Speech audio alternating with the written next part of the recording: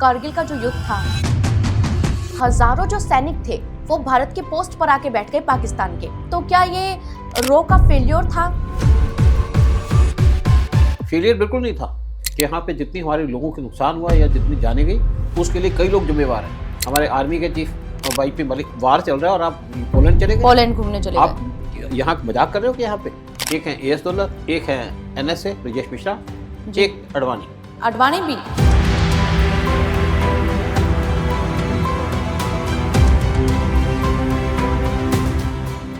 कि सीआईए ने ही क्या लाल बहादुर शास्त्री और भारत के जो दूसरे साइंटिस्ट थे उनका मर्डर करवाया?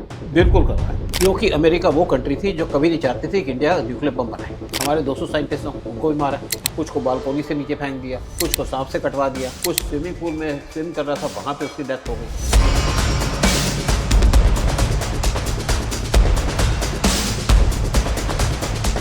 सर, क्या ex prime minister Manmohan Singh के भी मर्डर का प्लान था? कश्मीर के जो शेर कश्मीर स्टेडियम है वहाँ पे इनका लेक्चर था। एक जो रॉ का वहाँ पे ऑफिसर पोस्टेड था कश्मीर के अंदर, जिनका नाम है जेके सिन्हा, के पास सोर्स है उनका कि जब मनमोहन सिंह आएंगे तो उनको मारने की कोशिश की जाएगी। तो उनके जो सीनियर है उसको खबर दी, तो उनके सीनियर ने खबर लेने से मना। किसने उन्हें बचाया एसपीजी ने। तो जब सारी बात खुली तो एडिशनल कमिश्नर को पता चल गया कि इस खबर तो ये जेके सिन्हा ने दी है जी। उन्होंने रात के 8 बजे उनका जो ऑफिस कम रेजिडेंस था वहाँ पे जेके सिन्हा को बुलाया।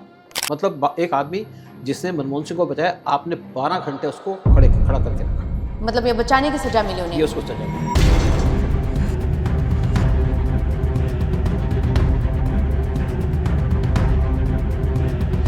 एजेंट्स जो है जो दूसरी कंट्री में रहते हैं वो, देखिए एजेंट्स हम रिक्रूट करते हैं कि हम अगर यहाँ से किसी को भेजा करते थे पहले टाइम में, तो उसको हम कहीं शादी भी कराए थे वहाँ पे, और कहीं एयरपोर्ट के पास उसने दुकान खोल ली, चाय की दुकान खोल ली। उस टाइम पे रॉ का नाम नहीं था, हमारे पास जो कार्ड मिलता है उसके अंदर भी रॉ नहीं लिखा हुआ। इतनी डिफिकल्ट लाइफ होती है शुरू के अंदर। मैं भी नॉर्थ ईस्ट के अंदर रहा हूँ, 7 दिन लगे मुझे अपनी पोस्ट में पहुँचने। जब आगे निकला ना तो ऊपर से लीचेस गिर गई। पानी पीना होता तो वहाँ पे खड्डा खुदा हुआ, उसमें से मच्छर हटा के पानी पिया करते।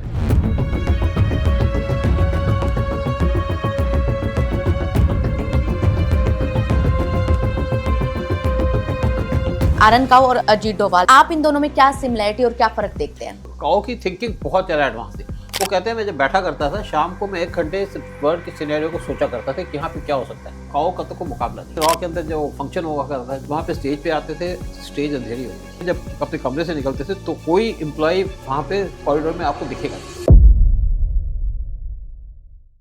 आपने रॉ एजेंट्स पर पिक्चर्स तो बहुत देखी होंगी, लेकिन आज मैं आपको हकीकत में एक रॉ ऑफिसर से मिलवाने जा रही हूं, जिन्होंने 38 सालों तक रॉ के लिए अलग अलग मिशंस पर काम किया है। नेपाल, भूटान, सिक्किम, पाकिस्तान जैसे सेंसिटिव डेस्क को संभाला है। मैं बात कर रही हूं सर एन.के. सूद की। सर, वेलकम करती हूं मैं आपका। शुक्रिया बहुत बहुत। आई कांट बिलीव कि मैं एक रॉ ऑफिसर के सामने बैठी हूँ, और सवाल बहुत सारे हैं, लेकिन मैं आपसे पूछना चाहूँगी कि कैसा लगता है कि आपने देश की इतनी बड़ी सीक्रेट एजेंसी के लिए काम किया है? देखिए, बड़ा अच्छा लगता है, और हमने एजेंसी में काम करके बहुत कुछ सीखा भी है। जो हमारी आज नॉलेज है इंटरनेशनल अफेयर्स की या सिक्योरिटी अफेयर्स की, वो यहीं से तो मिली हमें जी। और आई फील प्राउड कि मैंने रॉ के अंदर काम किया है। सबसे पहले ये जो हमारा शो है वो करगिल स्पेशल है, और कारगिल का जो युद्ध था वो फेस टू फेस वॉर था इंडिया और पाकिस्तान के बीच में, और विक्रम बत्रा जैसे कई जांबाज जो है वो हमने उस युद्ध में खोए हैं, तो उसकी बात आज भी होती है और हमेशा वो रेलेवेंट रहेगा। सर, हजारों जो सैनिक थे वो भारत के पोस्ट पर आके बैठ गए पाकिस्तान के, और पता तक नहीं चला, तो क्या ये रॉ का फेल्योर था? देखिए, ऐसा है, रॉ का फेलियर बिल्कुल नहीं था जी। मैं आपको आज बता दूं, आपने भी देखा होगा धुरंधर फिल्म, देखा रॉ कैसे काम करता है, रॉ के एजेंट कहाँ कहाँ पे है। रॉ के एजेंट पाकिस्तान की आर्मी में है, रॉ के एजेंट पाकिस्तान के आईएसआई के अंदर है, और रॉ का अपना भी सेटअप है जी। हम पूरे बॉर्डर की मॉनिटरिंग करते हैं। अगर हमें ये नहीं पता चलेगा कि वहाँ पर 30,000 या 4,000 सैनिक आगे आ गए, तो इस एजेंसी का मतलब क्या हुआ? हमारे साथ दूसरी एजेंसीज भी हैं, आईबी भी है, मिलिट्री इंटेलिजेंस भी है, लेकिन मेन एजेंसी है रॉ।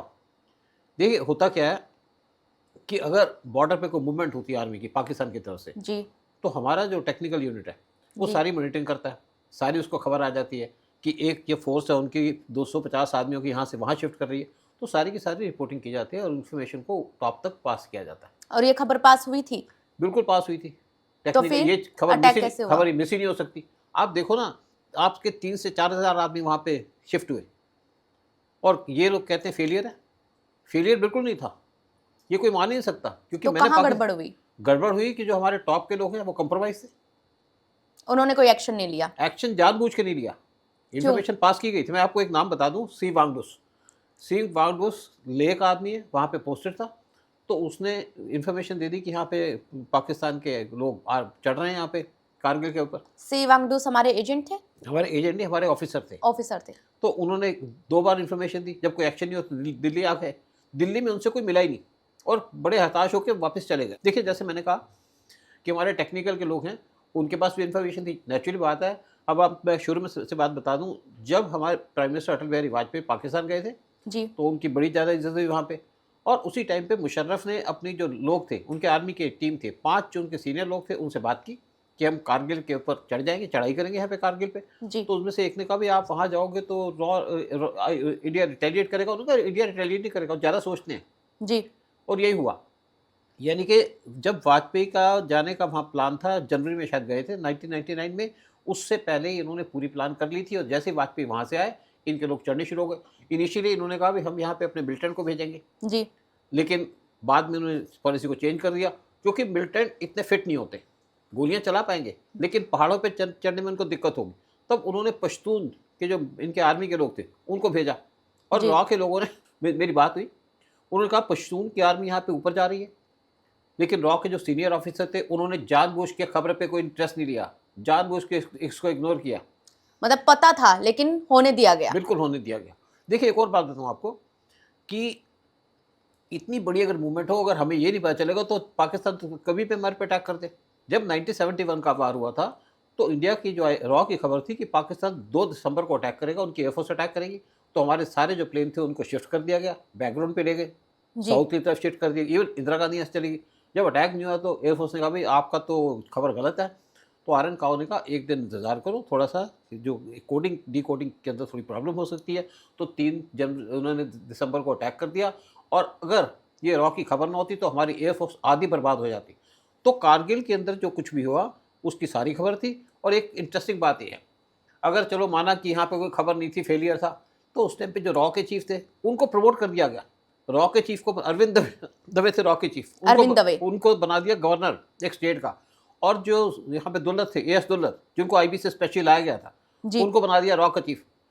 अगर इनको पनिश किया होता तो आगे भी जो हुआ IC 814 हुआ उसकी भी वो भी ना होता, पार्लियामेंट पे अटैक भी ना होता। मतलब करगिल की जो खबर थी कि पहले से अटैक होगा वो थी, लेकिन उन्होंने कोई एक्शन नहीं लिया। एक्शन ना लेने के बावजूद भी उन्हें सवाल नहीं पूछा गया कि आपने ऐसा क्यों किया, बल्कि उन्हें प्रमोट कर दिया गया। हाँ, देखो आप बताओ, आपका जो IC 814 हुआ, किसी ने कहा है कि यहाँ पे इंटेलिजेंस फेलियर था? किसने कोई क्वेश्चन पूछा? किसी ने नहीं पूछा। कारगिल के ऊपर कह दिया इंटेलिजेंस फेलियर, कोई बात नहीं। अगर आपने फेलियर हुआ भी, आपको तो हटा देना चाहिए था वहाँ से। जी। दुल्लत को स्पेशली लाया गया था IB से। और उसके बाद ये कारगिल को देख रहे थे, यानी कि पाकिस्तान को देख रहे और थे। जब ये जंग हुई तो क्या दुल्लत ही थे रो चीफ? दुल्लत रॉ चीफ नहीं थे, दुल्लत थे हमारे नंबर 2 पे स्पेशल सेक्रेटरी थे। ओके, तभी और वो उनको संभाल रहे थे इस हाँ, वो संभाल ऑपरेशन रहे को। थे। और उसके बाद इनको प्रमोट कर दिया गया। और मैं आपको एक और बात बता दूं कि यहाँ पे जितनी हमारे लोगों के नुकसान हुआ या जितनी जाने गई, उसके लिए कई लोग जिम्मेवार हैं। जैसे आपके हमारे आर्मी के चीफ, वो कहते हैं हमें यहाँ पे एयरफोर्स भेजने की जरूरत ही नहीं है, ये आदमी के मिसमैनेजमेंट है। और अगर हमने एयरफोर्स को शुरू में यूज़ किया होता तो आज वो दिक्कत ना होती, हमारे इतने लोग नहीं मरते। जी। पैदल लोग जाते रहे, चढ़ते रहे चटाइयों के ऊपर। लेकिन जब इन्होंने वहाँ पे बफोर गन्स लगा दी, और बफोर गन्स लगाई तो उसका एम्यूनिशन नहीं था। लेकिन एक रॉ के ऑफिसर थे RS Bedi, major RS Bedi, जिनको 1965 के वार के अंदर बहुत बड़ा रिवार्ड दिया गया था। और अभी उनका एक रिवार्ड का जो सेरेमनी है वो भी रिपीट हुई थी जब राजनाथ सिंह ने उनको दोबारा से सम्मानित किया। वो चले गए, रॉ के एयर विंग के हेड थे जी। वो गए, उनका हमसे तो पूछो। आर्मी के पास गए, साथ में एयरफोर्स के पास गए, कहते जी हमसे क्यों नहीं पूछते, हम आपको पूरी इन्फॉर्मेशन देंगे। जब उन्होंने इनको यूज़ करना शुरू कर दिया तो कहते हैं कि मैंने एक एक हट काउंट दिया कि कारगिल में कौन कहाँ कहाँ बैठा है, क्योंकि जो एयर विंग है वो बहुत इंपॉर्टेंट है हमारे लिए। मतलब रो ने बताया कि किस किस पहाड़ पे कितने पाकिस्तानी बैठे हैं, हेड काउंट जी। उसके बाद क्या हुआ कि जब बफोर गन्स लगा दी, जी, बफोर गन्स का एम्यूनिशन नहीं था। ये किसकी मिसमैनेजमेंट है? आर्मी चीफ की।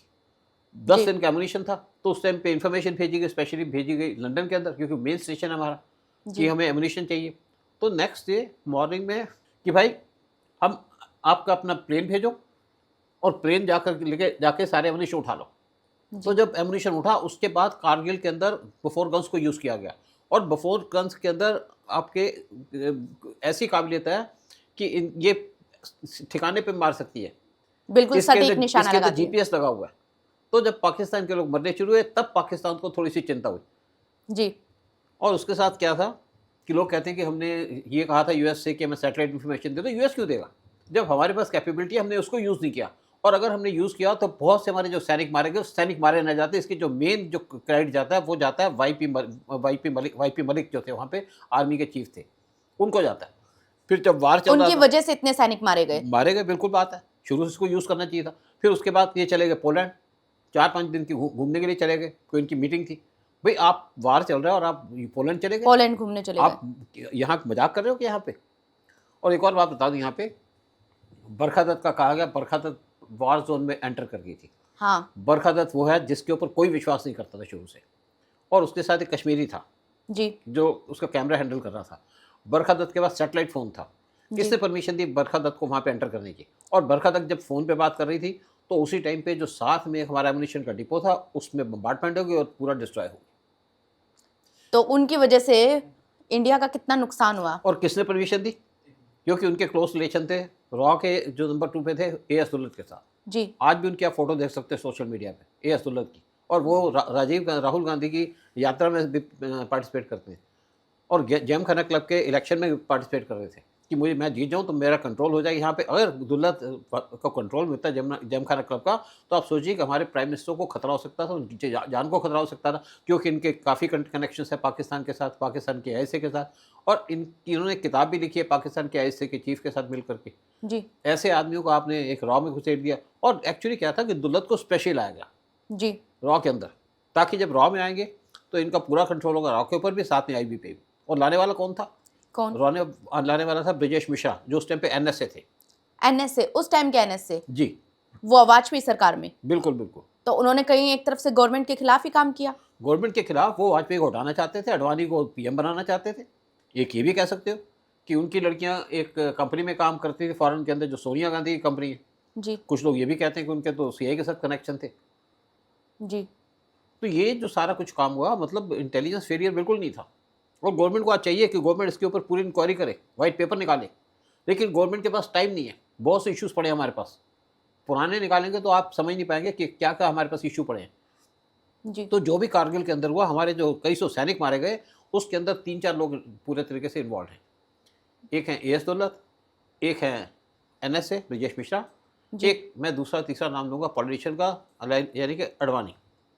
अडवाणी भी, Advani Lal Krishna Advani Advani. Deputy prime minister थे। अडवाणी को भी इंटरवीन करना चाहिए था। अगर मिलिट्री इंटेलिजेंस की खबर आई होगी वो तो अडवाणी के पास भी जाएगी ना। जी या रॉ की खबर किस किस के पास जाती है? नेचुरली एनएसए के पास या अडवाणी के पास, क्योंकि डिप्टी प्राइम मिनिस्टर थे।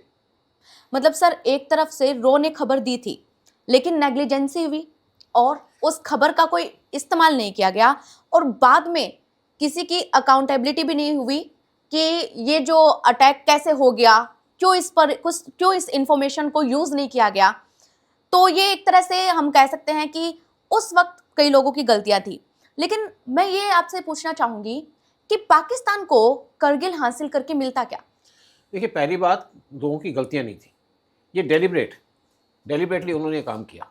यानी कि जब हमारे बहुत से अटैक हुए इंडिया के अंदर, उसके अंदर भी बहुत सी खबरें थी जिसके ऊपर एक्शन नहीं लिया गया। यानी कि आप ये कह सकते हैं कि हमारे यहाँ पे दुश्मन अंदर बैठे हुए हैं जो ये चाहते थे इंडिया कमज़ोर हो। आज भी बहुत से लोग ऐसे बैठे हैं जो इंडिया को कमज़ोर करना चाहते हैं। जी, भारत के अंदर ही। भारत के अंदर ही। देखिए अगर कारगिल पाकिस्तान के कंट्रोल में आ गया और जी। उनको था कि इंडिया इस पर कंट्रोल नहीं कर पाएगा, जी तो पाकिस्तान को फ़ायदा ये था कि सियाचिन, जिसको इंडिया ने 1988 में लिया है शायद, तो सियाचिन उनको मिल जाता। क्योंकि यहाँ से जो सारी सप्लाई जाती थी वो जाती थी आपके सियाचिन के अंदर। और अगर सियाचिन पाकिस्तान के कंट्रोल में आता तो लेह लद्दाख भी हमारे हाथ से निकल जाता, क्योंकि वहीं से सारा कुछ जाता है। रिवर भी जी। वहाँ से जाती है, नुब्रा रिवर निकलती है सियाचिन से जो लेह लद्दाख को फीड करती है।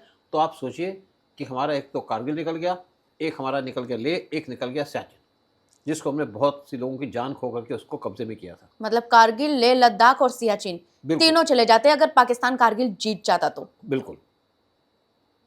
एक और यहाँ पे बड़ी भारी गलती है, जी, उस टाइम हमें पता चला कि हमारे पास तो अटैक हेलीकॉप्टर्स नहीं है। हेलीकॉप्टर्स नहीं थे। अटैक हेलीकॉप्टर्स, जी, अटैक जैसे आज हमने प्रचंड हेलीकॉप्टर बनाया, फिर हमने अमेरिका से अटैक हेलीकॉप्टर लिए। अगर अटैक हेलीकॉप्टर होते तो हम पाकिस्तान की फोर्सेस को उन्हीं से निकाल सकते थे। फिर हमारे पास प्लेन्स की भी शॉर्टेज थी, प्लेन गए वहाँ पे, लेकिन हमारे प्राइम मिनिस्टर ने कहा कि आप जो हमारे प्लेन है वो हमारी टेरिटरी को क्रॉस नहीं करेंगे, जी, जिसकी वजह से हमारे 2 प्लेन लूज़ हो गए। जी, जब पाकिस्तान हमारी टेरिटरी में आ सकता है तो हम उनकी टेरिटरी में क्यों नहीं जा सकते? ये जो हम बात करते हैं ना कि बड़े ईमानदार बनते हैं, बड़े अच्छे बनते हैं, ये हमको ले डूबा। जी। और इसी की वजह से हज़ारों जानें भी चली गई पाकिस्तान ये बिल्कुल। कारगिल वॉर के अंदर। देखिए एक और बात थी, जब कारगिल में आए तो पीएम जो हमारे थे अटल बिहारी वाजपेयी, उनके साथ आए थे दिलीप कुमार। जी, दिलीप कुमार उनके ऑफिस में आए और उन्होंने उस टाइम पे पाकिस्तान के प्राइम मिनिस्टर नवाज शरीफ से बात भी की कि भाई आप क्या कर रहे हो? तो दिलीप कुमार ने उनसे कहा कि आप ये जो काम करते हो ना, इससे हम मुस्लिम्स को बहुत नुकसान होता है इंडिया के अंदर। जी, लेकिन तब तक शायद नवाज शरीफ को ये नहीं पता था कि उन्होंने ये काम किया। जब सारी परतें खुली और उन्होंने मुशर्रफ को बुलाया तो मुशर्रफ ने काम तो कर दिया, क्या करें अब? जब इनके लोग मरने शुरू हो गए तो मुशर्रफ ने कहा उनसे कि आप जो यूएस के प्रेसिडेंट है, शायद उस टाइम पे उनसे बात करिए। जी, तो जब उन्होंने यूएस के प्रेसिडेंट से बात की तो उन्होंने कहा भाई आपने किया है, आप ही इसको सॉल्व करो, मैं इसमें नहीं आऊँगा। जी, तो अल्टीमेटली उनके सोल्जर विड्रॉ होने शुरू हो गए। जब उनके सोल्जर वहाँ से वापस आ रहे थे तब हमारी एयरफोर्स ने उन पर अटैक किया और कई सौ सोल्जर उनके हमने मार दिए। जी। और ये जो कारगिल के अंदर एक तरह से फेस टू फेस वॉर ज़रूर हुआ, लेकिन जीत हमारी ही हुई, भारत की हुई और हमारे जांबाजों की हुई। बिल्कुल। लेकिन मैं अब थोड़ा-सा पीछे जाकर सिक्किम की बात करना चाहूँगी। सिक्किम के बारे में एक सवाल सबसे ज़्यादा पूछा जाता है कि क्या सिक्किम की रानी सीआईए एजेंट थी? देखिए ऐसा था कि आर एन काओ ने मिसेस गांधी को इन्फॉर्मेशन दी कि इंदिरा गांधी को। कि हाँ जी, जो प्राइम मिनिस्टर थी, जी, कि सिक्किम की क्वीन या सिक्किम के राजा चोग्या, जिसको चोग्याल कहते हैं, उनकी वाइफ एक अमेरिकन थी, मिसेस कुक उनका नाम था और वो सीआईए के एजेंट है।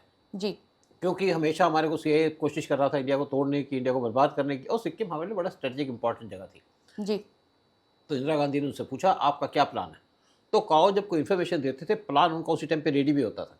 जी, उन्होंने कहा पूरा प्लान रेडी है, आप हुक्म करिएगा, हम सारा काम अपने कंट्रोल में कर देंगे। तो मिसेस गांधी ने अप्रूवल दे दी, नेशनलिस्ट लेडी थी। लेकिन सिक्किम के जो चौकियाल थे वो मिसेस गांधी के साथ स्टडी में बैठते थे जब नेहरू प्राइम मिनिस्टर थे। जी, उन्होंने उसकी परवाह नहीं की, उन्होंने ऑर्डर दे दिया। और वहाँ पे एक जीबीएस सिद्धू हैं, हमारे बड़े सीनियर ऑफिसर हैं, स्पेशल सेक्रेटरी थे वो, बाद में स्पेशल सेक्रेटरी बने, उनको भेज दिया सिक्किम के अंदर। रॉ में थे? रॉ में थे, जी, तो उनको सिक्किम में भेज दिया। और काओ ने कहा, वो भी कहते हैं कि मुझे नहीं समझ में आया कि काओ ने मुझे क्यों सिलेक्ट किया, क्योंकि काओ की जो है ना, आप समझिए कि एक बहुत उनका एक आइडिया उनके पास होता था कि कौन सा आदमी क्या अचीव कर सकता है। तो इन्होंने सिक्किम को वहाँ पे जो राजा था वहाँ पे लोगों को भड़काना शुरू कर दिया राजा के खिलाफ।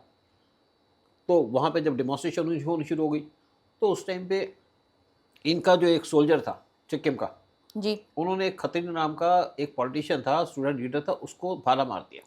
खतिन, खत्री। खत्री। हाँ, तो जब खत्री को भाला लगा तो वहाँ पे तो बवाल हो गया पूरा। जी, और अल्टीमेटली वहाँ से मतलब जो सिक्किम की क्वीन थी वो अपने 2 बच्चों को लेकर के चली गई अमेरिका के अंदर। और तब तक उन्होंने सीआईए को अपनी सारी इन्फॉर्मेशन पास की?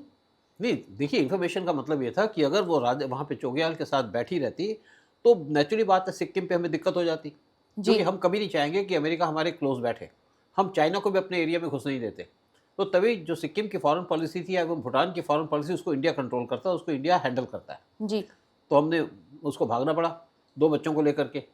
बाद में जो उनका चोग्याल था, उसका लड़का भी था, जवान लड़का था, वो अपने महल से निकला और चला गया आपके हिल्स की तरफ, क्योंकि पहाड़ों में तो एक आधा रास्ता ही होता है। जी, तो जब गया तो उसकी कार जो है वो खाई में गिर गई और उसकी डेथ हो गई।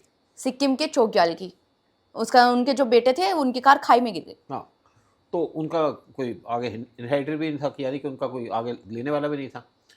तो उसके बाद वहाँ पे जब सिक्किम हमारे कब्ज़े में आ गया, और देखिए आपको बता दूँ सिक्किम में जो हमने ऑपरेशन किया उसके अंदर शायद कुछ हज़ार रुपये खर्चे होंगे। इतना सस्ता ऑपरेशन? बिल्कुल, क्योंकि ईमानदार ऑफिसर थे वहाँ पे, जो सिक्किम में? जीबीएस सिद्धू थे बहुत ईमानदार थे। उन्होंने इसके ऊपर किताब भी लिखी है और जी, उन्होंने खालिस्तान के ऊपर भी किताब लिखी है। जी कि खालिस्तान में रॉ क्या करने की कोशिश कर रहा था। तो जब उसके बाद जब यहाँ पे सब कुछ ठीक हो गया तो इन्होंने वहाँ पे वोटिंग करा दी, सिक्किम में। रेफरेंडम करा दिया। जी रेफरेंडम के अंदर 99% लोगों ने इंडिया के साथ मर्जर की बात कर ली कि हम मर्ज होना चाहते हैं, और उसकी वजह से कोई भी वर्ल्ड के अंदर इंडिया के ऊपर उंगली उठा नहीं सका। जी, और ये जो ऑपरेशन था इसमें कोई ब्लड शेड नहीं हुआ। कोई ब्लड शेड नहीं हुआ। सिर्फ इसमें बात ये है कि हमारे कब्जे में सिक्किम आ गया, जो हमारे स्ट्रेटेजिक इंपॉर्टेंट था। आपको पता है कि चिकन नेक की बहुत सी बात हो रही है। जी ये सिक्किम भी उसके क्लोज है, भूटान भी क्लोज है। फिर बिल्कुल। एक और ऑपरेशन चलने वाला था वहाँ पे, जो चल रहा था वो था भूटान का इंडिया से मर्जर। भूटान का इंडिया से मर्जर। वो भी मिसेस गांधी ने अप्रूवल दे दी थी, लेकिन उस टाइम पे इमरजेंसी लग गई। ये जो ऑपरेशन हुआ ये हुआ 1974 में सिक्किम का, जी और उसके बाद 75 में इमरजेंसी लग गई, जिसकी वजह से वो ऑपरेशन खराब हो गया या ऑपरेशन छोड़ना पड़ा। और अगर इमरजेंसी नहीं लगती तो भूटान भारत का हिस्सा होता। वो भी होता, क्योंकि आज भी भूटान से कई बार दिक्कत होती है। चाइना में घुसने की कोशिश करता है। देखिए हाँ, चाइना छोटी डोकलाम छोटी के कंट्री थ्रू। में घुस करके हमें दिक्कत करता है। एक्चुअली हम भूटान की फॉरेन पॉलिसी को कंट्रोल करते हैं। जी और जब डोकलाम में घुसे थे चाइनीज़, तो इंडियन फोर्सेस वहाँ खड़ी हो गई थी, और 73 दिन तक हमारा स्टैंड ऑफ चला था भूटान के साथ, सिक्किम चाइना के साथ। और उसके बाद चाइना को विड्रॉ करना पड़ा। और क्योंकि वहाँ पर जो हिल्स हैं, वहाँ से एक छोटा सा रोड बनाने की कोशिश कर रहे थे, जहाँ से उनके टैंक आ सकते थे, उनकी आर्टिलरी आ सकती थी। अगर चाइना के पास उस वक्त भी उस वक्त 1975 में भी ये 1997 में हुआ था डोकलाम। नहीं, डोकलाम से पहले भी। नहीं, डोकलाम से पहले नहीं, डोकलाम तो बाद में हुआ ना। मतलब कहीं ना जो कहीं काव ये 2017 जानते थे। 2017 की बात है जब डोकलाम हुआ था। जी नहीं, उस टाइम की मैं बात कर रही हूँ जब भूटान के मर्जर की परमिशन दी थी। नहीं, उस टाइम पे ये सिचुएशन नहीं थी, लेकिन फ्यूचर के लिए एक विजन था। जी काओ का विजन था, इंदिरा गांधी का विजन था कि यहाँ पे भी दिक्कत हो सकती है भूटान से भी। मतलब उन्होंने पहले ही सोच लिया था। हाँ, काओ की थिंकिंग बहुत ज़्यादा एडवांस थी। वो कहते हैं मैं जब बैठा करता था शाम को, मैं 1 घंटे वर्ल्ड के सिनेरियो को सोचा करता था कि यहाँ पे क्या हो सकता है। कहीं से धुआं निकला तो धुआं किस चीज़ का होगा, क्या यहाँ पर आग लगी है, क्या पेट्रोल की आग लगी है, क्या क्या कुछ है। तो उसके बाद मैं अपनी प्लानिंग किया करता था। नेक्स्ट डे आकर के मैं अपने मैसेजेस पास करता था अपने सीनियर्स को कि इस पे बात रखो, ये काम करो। आरन काव भी इतने दूरदर्शी थे वो। बहुत ज़्यादा दूरदर्शी। देखिए जब रॉब के चीफ बने आरन काओ, तब उनकी उम्र थी 50 साल। जी और इससे पहले एक प्लेन जो इंडिया ने चाइना को दिया था, जी ये शायद 1955 की बात है। वो प्लेन के अंदर चौवन लाई ने ट्रैवल करना था, उनके जो उस टाइम पे प्राइम मिनिस्टर थे, ये चाइना के जो चाइना प्राइम के जो मिनिस्टर प्राइम थे। मिनिस्टर थे, उन ट्रैवल करना था। वो प्लेन का अंदर एक बम ब्लास्ट हो गया, लेकिन उससे पहले उन्होंने अपना जाना था प्लेन के अंदर, वो कैंसिल कर दिया। तो उस टाइम पे उन्होंने कहा भी ये तो इंडिया ने काम कराया, प्लेन भी तुम्हारा था। जी तो यहाँ से काओ को भेजा गया। काओ की उस टाइम पे उम्र थी सिर्फ 38 ईयर्स। रो चीफ पैनल बनने से पहले की बात है। 55 की बात कर। ओके 1955 की। तो काओ साहब चले गए चाइना के अंदर। चौवन लाई को उन्होंने कन्विंस कर दिया कि हमारा इसमें कोई हाथ नहीं है, और चौवन लाई ने उनको लंच पे बुलाया। जी बहुत बड़ी बात थी कि आपका 38 साल का आदमी चाइना के प्राइम मिनिस्टर से मिलता है और उनको कन्विंस करता है। जिसमें कि चाइना के तेवर हमेशा ही हावी रहे हैं भारत पे। ये और काओ ने कैसे न कैसे अपनी बात मनाने में कामयाब हो गए। मतलब कन्विंस किया ना, कैपेबिलिटी थी ना उनकी। जी, और शायद वहीं से इंदिरा गांधी ने उन्हें पहचाना। मे बी, क्योंकि इंदिरा गांधी अंडर स्टडी रहती थी अपने फादर के, जवाहरलाल नेहरू के। जी वो सारी चीज़ें ऑब्जर्व करती थी। जी तभी इंदिरा गांधी जब पीएम बनी तो उनका बहुत ज़्यादा विजन था। कहीं ना कहीं इस चीज़ को लेके। सर एक सवाल मैं ये पूछना चाहूँगी, हम सीआईए हम काओ पे भी बात करेंगे क्योंकि आरन काओ के बारे में जितना सुना जाए उतना कम है, और बहुत कम है मीडिया के अंदर भी, और कहते हैं कि वो किसी के सामने पब्लिकली आते भी नहीं थे। आरन काओ पे हम अगला सवाल लेंगे। पहले मैं आपसे ये पूछना चाहूँगी कि सीआईए ने ही क्या लाल बहादुर शास्त्री और होमी जहांगीर बाबा और भारत के जो दूसरे साइंटिस्ट थे उनका मर्डर करवाया? बिल्कुल करवाया, क्योंकि अमेरिका वो कंट्री थी जो कभी नहीं चाहती थी कि इंडिया न्यूक्लियर बम बनाए। जी और होमी बाबा ने डिक्लेयर कर दिया था कि 1965 के बाद कि हम न्यूक्लियर बम बनाएंगे। 1962 के वार के बाद उन्होंने कहा मेरी पूरी तैयारी है, और बम बनाने की पूरी परमिशन मांग रही थी। लेकिन जब लाल बहादुर शास्त्री पावर में आए, उन्होंने उनको परमिशन दे दी। और यही रीज़न है कि अमेरिका ने लाल बहादुर शास्त्री का मर्डर कर दिया, और अमेरिका ने साथ में होमी बाबा का भी मर्डर कर दिया। और ये बात का खुलासा? ये खुलासा इनके सीआईए के एक एजेंट ने दिया था कई साल के बाद, शायद 2008 की बात है। एक करौली करके उनके सीआईए के एजेंट थे, जिन्होंने कहा हमने लाल बहादुर शास्त्री को इसलिए मारा कि लाल बहादुर शास्त्री ने कहा हम यहाँ पे न्यूक्लियर बम बनाएंगे, अगर इंडिया न्यूक्लियर बम बनाता तो हमारे लिए खतरे की घंटी थी। जी और उसके बाद जो होमी बाबा है, उनके पास पूरी कैपेबिलिटी बम बनाने की। हमने उनको कई बार समझाने की कोशिश की, आप बम मत बनाओ। उनका मैं तो बनाऊंगा, मेरे देश की सुरक्षा की बात है। उनको भी इसलिए मारा गया। और इसके अलावा और भी साइंटिस्ट थे? विक्रम साराभाई, वो पहले बम के फेवर नहीं थे, लेकिन होमी भाभा के डेथ के बाद वो भी कहते हैं हम बम बनाएंगे। उनको 1971 31 दिसंबर को मारा गया कोवलम, केरला के अंदर एक होटल के अंदर उनका मर्डर कर दिया गया।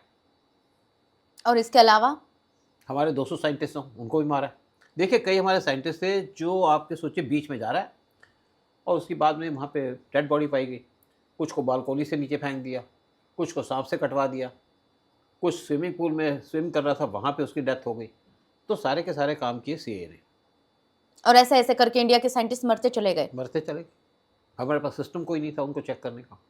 अभी भी देखिए ना, हमारे जो 2 सैटेलाइट इस टाइम पे डाउन हुए हैं या वो टेक ऑफ नहीं कर सके, उसके पीछे भी पूरा शक है कि इस टाइम पे सीआईए चाहती है कि हम अपने सैटेलाइट को लॉन्च ना करें। और तभी इन्होंने जो पुराना हमारा जिसने चंद्रयान किया था उसको बुला लिया कि आप जाइए और यहाँ पे काम करिए। और दूसरी तरफ हमारे 100 साइंटिस्ट वो इस टाइम पे अपनी जॉब छोड़ के प्राइवेट जॉब करने लग गए, पैसे की वजह से। जी। लेकिन सर ये जो मैं लाल बहादुर शास्त्री की बात करना चाहूंगी, वो तो उस वक्त ताशकंद में थे जो यूएसएसआर का हिस्सा था। तो यूएसएसआर में जाके सीआईए ने ये ऑपरेशन कैसे कर दिया? आपको एक और बात पता है कि पीएम मोदी को मारने की कोशिश की गई। कहाँ की गई? चाइना के अंदर, ताकि सारा ब्लेम जाए चाइना के ऊपर। और जी जी। जिनपिंग उस टाइम पे बहुत ज़्यादा नर्वस हो गए थे, पुतिन भी घबरा गए थे कि पीएम मोदी को मारने की कोशिश की गई। ताशकंद में ये था कि जब हम बात करने जा रहे थे 1965 के वॉर की, वहाँ पे पीस एग्रीमेंट होने वाला था। तो अयूब खान जो उनके प्रेसिडेंट थे पाकिस्तान के, वो बहुत ज़्यादा गुस्से में थे। उन्होंने लाल बहादुर शास्त्री से हाथ तक नहीं मिलाया। जब एग्रीमेंट होने वाला था या हो गया था, उस टाइम पे रात को डिनर खा रहे थे, तो अयूब खान बहुत ज़्यादा खुश थे। एग्रीमेंट से खुश नहीं थे, उनको था कि उनका प्लान मतलब स्टेप पे इम्प्लीमेंट होने वाला है। और मतलब उन्हें कहीं ना कहीं इस चीज की खबर थी। ये खबर थी। सारा ऑपरेशन देखिए, चाहे सीआईए ने ऑपरेशन किया, वो तो पाकिस्तान से मिलकर किया होगा ना ऑपरेशन। जी। और लाल बहादुर शास्त्री जब रात को सोए तो उनकी तबीयत ख़राब हो गई। और उस टाइम पे इतना अरेंजमेंट भी नहीं होता था, इतने कैमरास भी नहीं होते थे। ये पॉसिबिलिटी की जाती है किसी ने उनके हाथ में जहर लगा दिया हो, जी। जिनसे हो गए। फिर कुछ लोग ये भी कहते हैं कि उनका जो कुक था वो एक पाकिस्तानी था, उसने इनको मार दिया, खाने में जहर मिला दिया। तो सारी की सारी चीज़ें कुछ तो है, या उनका कुक या कोई दूसरी बात है। और जब लाल बहादुर शास्त्री का मर्डर हुआ तो एक बार इनके एक कुलदीप नैयर एक जर्नलिस्ट थे, कुलदीप नैयर। तो मैं बहुत साल के बाद उनसे मिला क्योंकि कुछ इन्फॉर्मेशन चाहते थे वो, क्योंकि मैं मीडिया को डील कर रहा था रॉ के अंदर। वो जी। चाह रहे थे इन्फॉर्मेशन आपके जो पंजाब के अंदर जो खालिस्तानी मूवमेंट चल रही थी। मैं उनको ब्रीफ कर रहा था, सुबह की बात है। उनके घर में जाकर के एक और मेरा दोस्त था साथ में, तो मैंने कहा सर वो जब मर्डर हुआ था इनका या उनको मारा गया था, तब तो आप वहीं पे थे ताशकंद के अंदर। कहते देखो ये मैं दूसरे होटल में था। तो उन्होंने कमेंट देने से मना कर दिया, क्योंकि अगर कुछ कमेंट देते तो उनकी जान को खतरा हो सकता था। लेकिन कहीं ना कहीं उन्हें सारा सच पता था। पता हो सकता है। लेकिन आज भी ये बात देश के सामने कभी खुलकर नहीं आई है कि ताशकंद में एक्चुअली हुआ क्या था। बहुत से और लोग सोचते हैं कि इसमें केजीबी का हाथ होगा। देखो, केजीबी ने हमें कभी नुकसान नहीं पहुंचाया। हाँ, क्योंकि वो तो रशिया की एजेंसी है। हमें बेसिकली जो हमें नुकसान पहुंचाया वो पहुंचाया सीआईए ने। चाहे हमारे साइंटिस्ट हों, आज भी देख लीजिएगा, हम पहले कहते थे 2011 तक या 8 तक कि हमारा जो सबसे बड़ा दुश्मन है पाकिस्तान। फिर हमने पॉलिसी चेंज कर ली कि हमारा सबसे बड़ा दुश्मन चाइना है। लेकिन आज हमारी पॉलिसी है कि इंडिया का सबसे बड़ा दुश्मन है यूएस। अमेरिका। जिस तरीके से हमें टारगेट कर रहा है, जिस तरीके से हमें डिस्टर्बेंस करने की कोशिश कर रहा है, तो आज सब मानते हैं कि अमेरिका हमसे हमारा सबसे बड़ा एनिमी है। और अमेरिका ने हमारे साइंटिस्टों को मारा, अमेरिका ने हमारे लाल बहादुर शास्त्री को मारा, अमेरिका ने पाकिस्तान को न्यूक्लियर बम दिया। अमेरिका ही हमेशा इंडिया के खिलाफ रहा है और आज भी हमारे खिलाफ है। लेकिन इंडिया के खिलाफ होने की वजह क्या है अमेरिका के? ऐसा कि वो नहीं चाहते कि इंडिया स्ट्रांग बने। हमारी लोकेशन प्राइम है। 1960s के अंदर अमेरिका ने एंटी हिंदी एजुकेशन स्टार्ट की थी इंडिया के साउथ में, ताकि हमारे हाथ से साउथ निकल जाए, इंडिया कमज़ोर हो जाए, छोटा हो जाए। लेकिन किसी न किसी तरीके से हम बच गए। तो ये जो एंटी हिंदी मूवमेंट होते हैं ये भी कहीं ना कहीं वहाँ सीआईए के प्रोवोक किए बिल्कुल हुए वही हैं। करते हैं। और यहाँ कोई नहीं है, पाकिस्तान की इतनी कैपेबिलिटी नहीं है इन चीज़ों के अंदर। फिर उसके बाद आप देखिए, जब यहाँ पे सिखों का था, खालिस्तान की मूवमेंट थी, उसको भी यूएस सपोर्ट कर रहा था। खालिस्तानियों की मूवमेंट के ऊपर आप यूएस, आपका कनाडा, ब्रिटेन, यहाँ पे सारे काम होते थे, यहाँ पे सारी डिमॉन्स्ट्रेशन होती थी और इंडिया को बदनाम करने की कोशिश की जाती थी। कुछ साल पहले भी ये हुआ। तो क्या सीआईए आईएसआई को मुखौटे की तरह यूज करती है? देखिए, सीआईए पाकिस्तान की आईएसआई उसको भी यूज़ करती है, हम्म। सीआई चाइना वो भी ऐसे को यूज़ करता है इंडिया के खिलाफ, क्योंकि दोनों को इंडिया से डर है कि इंडिया स्ट्रांग ना बन जाए। आप देखो जब बात करते हैं बहुत साल पहले की या 100-150 साल पहले की, तो इंडिया की इकोनॉमी बहुत ज़्यादा अच्छी थी। जी। तब वर्ल्ड की शायद 70% जीडीपी इंडिया के अंदर थी, तभी तो यहाँ पे लुटेरे आते थे। आज देखो जब से मोदी आया, हमारी जीडीपी बढ़ रही है, हमारी इकोनॉमी बूस्ट कर रही है, क्योंकि हमारे यहाँ पे रिसोर्सेज हैं। हम्म। अगर हम उनको ठीक से यूज़ करेंगे तो हम बहुत ज़्यादा प्रोग्रेस कर सकते हैं। और आज यूएस ने किस पे, रशिया पे ट्रम्प टैरिफ लगाने की बात की है 100%, चाइना पे, और तीसरा इंडिया पे। जी। इसीलिए क्योंकि वो नहीं चाहता इंडिया स्ट्रांग बने। हम इन जियोपॉलिटिक्स बातों पे भी आएंगे और आपसे रॉ के बारे में हम काफ़ी सारी चीज़ें पूछने वाले भी हैं। पहले मैं आपसे एक चीज़ ये जानना चाहूँगी जिसमें पब्लिक को सबसे ज़्यादा इंटरेस्ट आएगा कि आपकी रॉ में जर्नी जो है वो कैसे शुरू हुई और कैसी रही देखिए उस टाइम पे रॉ को कोई नहीं जानता था, जब आपने ज्वाइन किया। उस टाइम पे रॉ का नाम नहीं था। जी। हमें तो उस टाइम पे जॉब चाहिए होती थी, गवर्नमेंट जॉब, प्राइवेट जॉब थी नहीं। तो बहुत से लोग ने रॉ जब ज्वाइन कर लिया, उनको पता भी नहीं था रॉ क्या है। जी। तो गवर्नमेंट जॉब चाहिए थी तो उसमें घुस गए। वो तो बहुत साल के बाद पता चला कि ये रॉ क्या है, जब इंटरनेशनल मीडिया के ऊपर बात करनी शुरू हो गई कि रॉ क्या है। जी। हम काम कर रहे थे, ठीक है, यहाँ पे पॉलिटिकल काम भी था, इकोनॉमिक काम भी था, तो किसी को कुछ नहीं पता था कि रॉ क्या है। हमारे पास जो कार्ड मिलता है उसके अंदर भी रॉ नहीं लिखा होता। उसमें रॉ नहीं लिखा हुआ था, मतलब आपको पता ही नहीं है कि आपको क्यों हायर किया गया है। नहीं, हायर नहीं किया गया, नॉर्मली गवर्नमेंट जॉब कर रहे थे, दैट्स ऑल। अच्छा। और आपको जब पता चला तो कोई फर्क नहीं पड़ता। जितना डेंजरस ये दिखाते फिल्मों में। देखिए फिल्मों के अंदर जो दिखाते हैं ना, वो फेक चीज़ है, रियलिटी से बहुत दूर है। जी। फिल्मों तो ये दिखाते हैं कि आपके पास AK-47 है, आपने उसका मर्डर कर दिया, यहाँ पे उसको मार दिया। आप इंडिया में किसी का मर्डर कर सकते हो? क्या मीडिया चुप रहेगा? क्या हमारे कोर्ट्स चुप रहेंगे? बिल्कुल नहीं। अगर फॉरेन में भी जाएंगे आप, तो हमें वहाँ पे कवरेज होती है, जो डिप्लोमेट की उसमें जाते हैं पोस्ट के अंदर, तो वहाँ पे अपना काम करते हैं, चुपचाप अपने देश की सुरक्षा की बात करते हैं। तो लेकिन काम तो काम है। जी। लेकिन जो लोग सोचते हैं कि रॉ के ऑफिसर की लाइफ बड़ी अच्छी है, फलाना है, आपको बता दूं इतनी डिफिकल्ट लाइफ होती है शुरू के अंदर। जैसे रॉ के अंदर किसी को भर्ती किया गया, जी। मैं मिडिल लेवल की बात कर रहा हूँ, तो एक नॉर्थ ईस्ट के अंदर एक आदमी की पोस्टिंग है, मैं उसकी बात बता रहा हूँ, मैं भी नॉर्थ ईस्ट के अंदर रहा हूँ।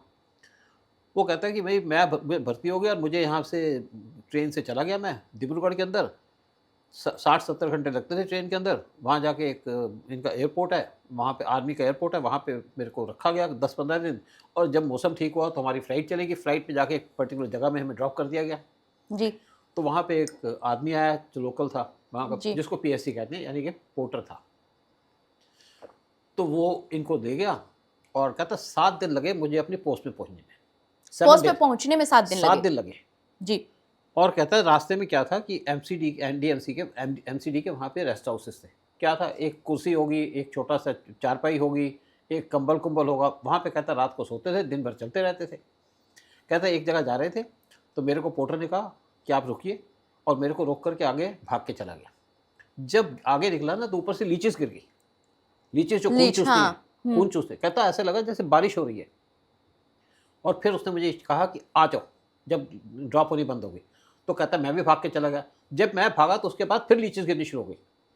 कहता उसके बाद हम रेस्ट हाउस में गए, हमने एक्चुअली जो आपके BSF वालों के शूज़ होते हैं वो पहने हुए थे, क्योंकि वहाँ पे हिल्स जो है मिट्टी के हिल्स हैं। जी। तो कहता है हमने देखा तो मेरे पैरों से खून निकल रहा है। तो सिगरेट जला करके हमने उसको लीचेस को मारा एक एक करके, और ठीक हो गया अपने आप।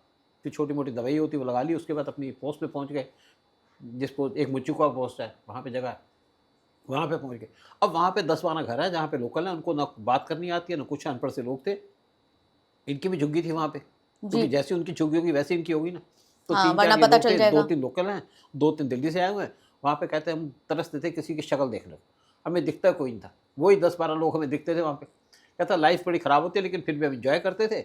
और फिर वहाँ पे राशन की शॉर्टेज हो जाती थी, जी। तो हमें या तो आर्मी को पकड़ना पड़ता था कि राशन दो, या हमारा कोई हेलीकॉप्टर आता था दिल्ली से, यहाँ से कोई डिब्रूगढ़ या तेजपुर से, और उससे इनको सामान को दिया जाता था। मतलब क्या देंगे आपको, कुछ बिस्कुट के पैकेट, कुछ जी। चीनी के बैग्स, कुछ नमक की थैलियाँ, हम्म। कुछ आपको दालें, आलू प्याज, आपको प्यूरी दी जाती थी टमाटर की जगह में, माचिस वाचिस सारी चीज़ देते थे। हम यही खाते थे, मतलब दाल और रोटी हमारा खाने का था, तो या चावल खाते थे नॉर्मल। कहते ऐसे हमारी ज़िंदगी चलती थी। आप 6 साल वहाँ पे उसने बिताए। एक और आपको किस्सा बताऊं। जी। एक फ्रेंड था, उसकी पोस्टिंग हो गई आपके राजस्थान बॉर्डर पे। हम्म, यहाँ से किसी बड़ी जगह चला, एक सिटी में चला गया, जोधपुर में चला गया। जोधपुर में जाके जी। कहा भाई आपको फलानी पोस्ट में जाना है। जी। वहाँ से बस पकड़ी, जोधपुर तक तो आपकी ट्रेन थी, वहाँ से बस पकड़ी, बस पकड़ के वो अपने एरिया में चला गया। वहाँ से जो छोटा सा विलेज था वहाँ पे किसी न किसी तरीके से बस पकड़ के पहुँच गया। जी। और वहाँ पे एक झुग्गी थी, झुग्गी में वो उसने 2-3 लोग उसके साथ थे, तो वहाँ पे रहा। और लैंप लगा होता था, बिजली थी नहीं वहाँ पे, ना पानी था। कहते जी। हैं जब पानी पीना होता तो वहाँ पे जो आपका खड्डा खुदा हुआ है, उसमें से मच्छर हटा के पानी पिया करते थे। हाँ, क्योंकि वेस्टर्न राजस्थान में तो वैसे भी पानी की कमी है, हाँ, और वहाँ नहीं वैसे पानी राजस्थान इकट्ठा आप करते हैं। देखिए, आपके अरुणाचल प्रदेश के अंदर भी सिचुएशन सेम है। वहाँ पे आपको बारिश ज़्यादा होती है, लेकिन हाँ, आपके कोई नलके नहीं लगे हुए। आपके स्टोरेज कोई, नहीं है। हाँ, कोई आप नहीं स्टोरेज नहीं है, आपको थोड़ा सा चलो झरने में जाके पानी पी लोगे, बोतल में भर लोगे, लेकिन वहाँ पे बाकी कुछ नहीं था। बारिश होती रहती 24 घंटे, आदमी परेशान हो जाता है कि कहाँ जाऊँ। जी। तो बहुत डिफ़िकल्ट लाइफ होती है। तो कहते हैं उसके बाद एक बार मैं दिन में निकल गया, बारमेर सेक्टर के ऊपर बॉर्डर के पास चला गया, तो गर्मी बहुत थी। हम्म। तो जब मैंने रिपोर्ट भेजी तो मेरे ऊपर जो सीनियर था उसने मुझे मेरे को कहा तुम आ जाओ मेरे पास। आके कहते मरना है क्या तुम्हें? कहते इतनी इतनी गर्मी में तो कोई दरवाजा खोल के तुम पानी तक नहीं पिलाएगा। भाई दिन में मत निकलो, गर्मी में मत निकलो। जी। तो जो लोग बहुत करते हैं ना कि रॉ के ऑफिसर की बड़ी अच्छी लाइफ है, जो फील्ड के अंदर लोग रहते हैं उनकी लाइफ बहुत ज़्यादा डिफिकल्ट होती है। बिल्कुल, और फिल्मों में तो दिखाते हैं कि खुलेआम गोलियां बरसा रहे हैं। हाँ, तो गोलियाँ बरसा देंगे तो ये इंडिया डेमोक्रेटिक कंट्री है, यहाँ पे गोलियाँ नहीं बरसती। ये शाहरुख खान जो है ना, उल्टी सीधी पिक्चर बना के लोगों को मिसगाइड करता है। मैं तो ऐसे इनकी फिल्में देखता नहीं, शाहरुख खान की फिल्म तो वैसे ही देखता, मुझे पता है कि आदमी क्या है। लेकिन जो एजेंट्स जो है, जो दूसरी कंट्री में रहते हैं, वो। देखिए एजेंट्स हम रिक्रूट करते हैं, जी। जो 2-3-4 टाइप के एजेंट्स होते हैं। एक जो अपनी कंट्री को नफरत करते हैं, दूसरे जो हमारी कंट्री को पसंद करते हैं, चाहे पाकिस्तान है चाहे कोई भी, बहुत से लोग इंडिया को पसंद करते हैं। और मेनली जो रीज़न होता है पैसे का, उनको पैसा चाहिए होता है। जी। पैसा देते हैं उनको, छोटा सा पैसा, तो कोई ऐसा नहीं बहुत बड़ी रकम दे देते हैं, पैसा देते हैं ताकि उनकी ज़िंदगी चलती रहे। जी। और जब मौका मिलता है तो हमारा काम कर देते हैं। जी। जैसे उस हम अगर यहाँ से किसी को भेजा करते थे पहले टाइम में, तो उसको हम कहीं शादी भी कराते थे वहाँ पे, और कहीं एयरपोर्ट के पास उसने दुकान खोल ली, चाय की दुकान खोल ली, और पीछे उसकी फैमिली को थोड़ी बहुत हेल्प करते थे यहाँ पे। जी। और वो हमारे लिए इन्फॉर्मेशन गैदर करके हमें देता था। कई बार इन्फॉर्मेशन बड़ी इंपॉर्टेंट होती है, तो इस तरीके से हमारे एजेंट काम करते हैं। जी। सर, जैसे एजेंट्स आप लोग रिक्रूट करते हैं, ठीक है? कई बार हमने खबरें भी देखी है कि जब वो एजेंट्स खतरे में पड़ जाते हैं या कोई मिशन जो है वो कॉम्प्रोमाइज़्ड हो जाता है, तब क्या आपने भी कभी ऐसी सिचुएशन फेस की है? नहीं देखिए, एजेंट्स की बात अलग होती है। एजेंट तो कई बेचारे पता ही नहीं चलता कहाँ चले गए। और अगर ऐसी सिचुएशन आए तो कैसा फ़ील नहीं, होता था? उनकी बात नहीं, मैं अपनी बात कर देता हूँ। बताइए। अब मैं ईरान के अंदर था। जी। ईरान के अंदर हमीद अंसारी हमारे एम्बेसडर थे। उपराष्ट्रपति रह चुके एम्बेसडर को जो। पता होता है कि भाई कौन कहाँ से है। तो उन्होंने उनकी वजह से हम एक्सपोज हो गए। उनकी वजह से एक्सपोज़ उनकी हो वजह गए? से एक्सपोज हो गए। कैसे? उनकी शायद देश को से उनको प्यार नहीं है, या उनकी लॉयल्टी कहीं और है। वहाँ पे 4 आदमी किडनैप हुए थे उस टाइम पे। इसके बारे में चलो अलग बात कर लेंगे, बड़ा लंबा चैप्टर हो जाता है। तो उन्होंने जब मुझे बताया ने कि भाई यू हैव बीन एक्सपोज्ड, क्योंकि जब मेरे को पकड़ा गया था, जब 4 आदमियों में से एक पकड़ा गया तो कहा भाई मैंने आप तुम्हारा नाम ले दिया है, तुम थोड़े स्ट्रॉन्ग हो। मैंने कहा मुझे मरवाना है? कहते मेरे पास कोई चारा नहीं था। और तो आपको पकड़ा किसने? पकड़ा नहीं, मेरे को बेसिकली ये था कि तेरे को ना ये उठा के ले जाएंगे। मतलब ये आपको पहले से खबर मिल चुकी थी कहीं से? हाँ।